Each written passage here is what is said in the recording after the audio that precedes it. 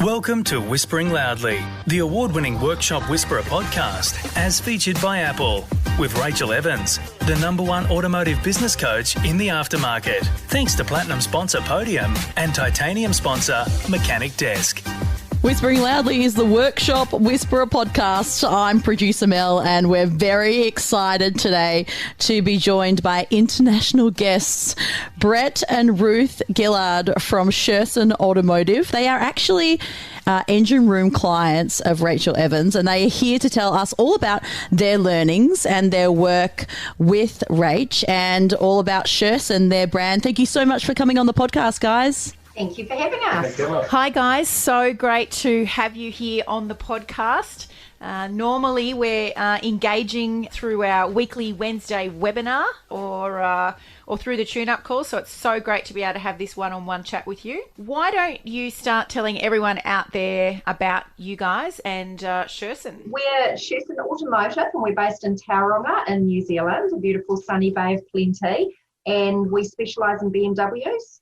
We are an independent workshop, and we purchased the business coming up 4 years ago. But how did you actually get started? Was that the first foray into business? Brett, I imagine you have a much longer career as a technician backing that up. Yeah, I started my apprenticeship when I was 17, just a couple of years ago now.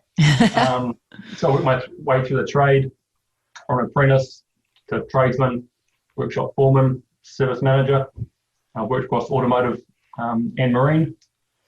And yeah, just after a few years decided we need to do our own thing, track forward and do what's right for our family moving forward. And in 2017, we found Sherson Automotive, which sort of aligned with who we were and what we're looking for. Yeah. And Ruth, how did you evolve into being in the business? I come from quite a strong administrative background. I was a stay-at-home mum for 9 years before we bought the business. So it was pretty terrifying to start off with, but I knew that it was something that I wanted to be involved in. It's, for our family. And so I started off in an administrative role, front of house role, and Brett had to teach me everything, which caused many needs for deep breaths along the way. And I have progressed through to a point where I'm now CEO of the business. Wonderful. Said with confidence. I love it.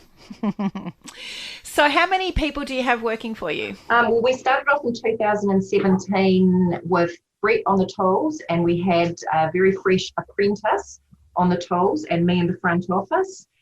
Since then, we've employed a new staff member every year.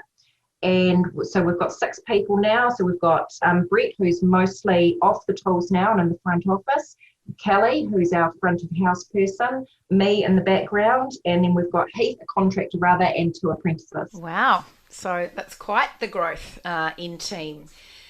So thinking about what you know now, what you've learnt through those years since 2017, and what also you may have learned in the engine room along the way.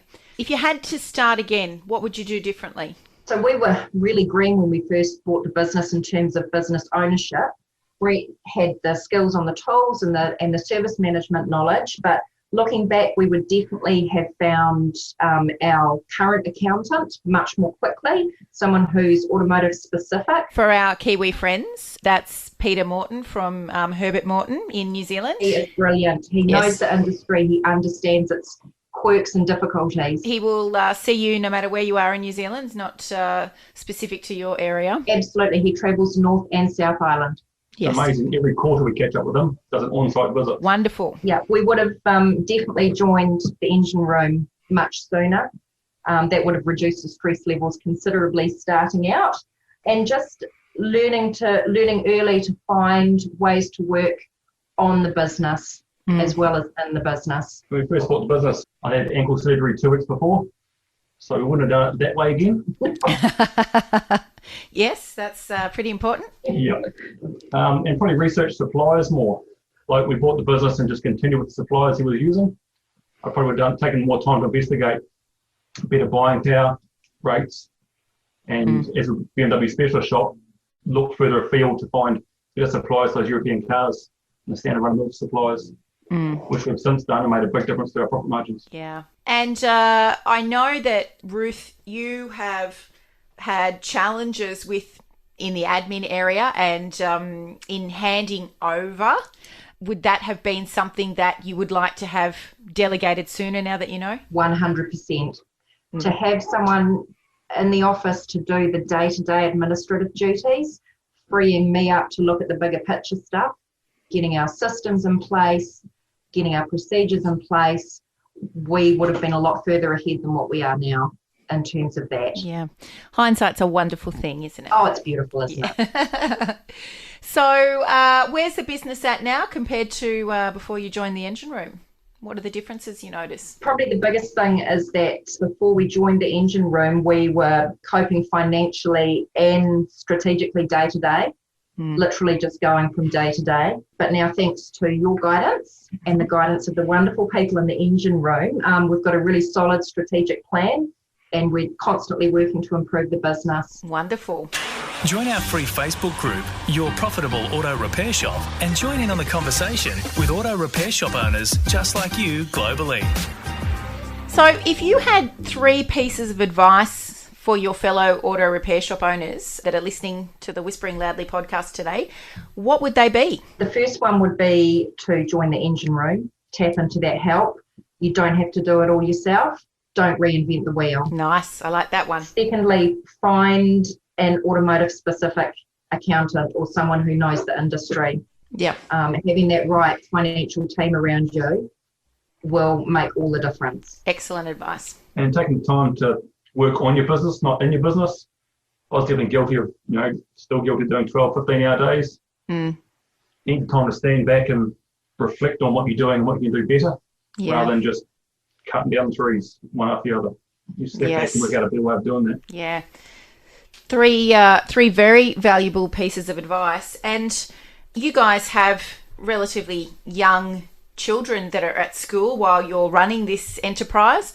I imagine that you feel like, even though there's things you recognise now that you could have done sooner, the changes that you have put in place are allowing a much better quality of time that you get to spend with them. I have to thank you and the engine room for that, actually, Rachael, because I'm guilty of working too much.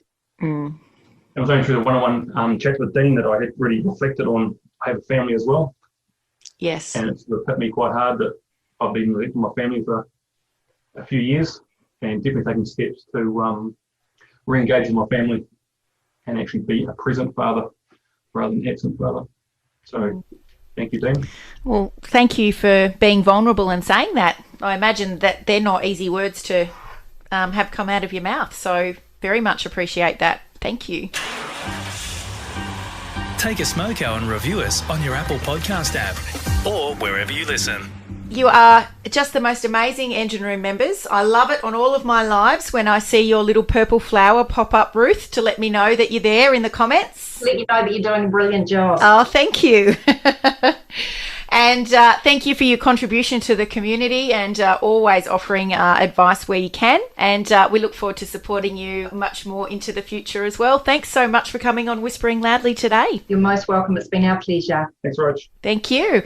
And if you have a question that you would like us to answer at Whispering Loudly on one of our Workshop Whispers episodes, then all you need to do is send us an email to admin@workshopwhisperer.com with Workshop Whispers in the subject line, and we'll answer your question on one of our upcoming episodes. Have a great week.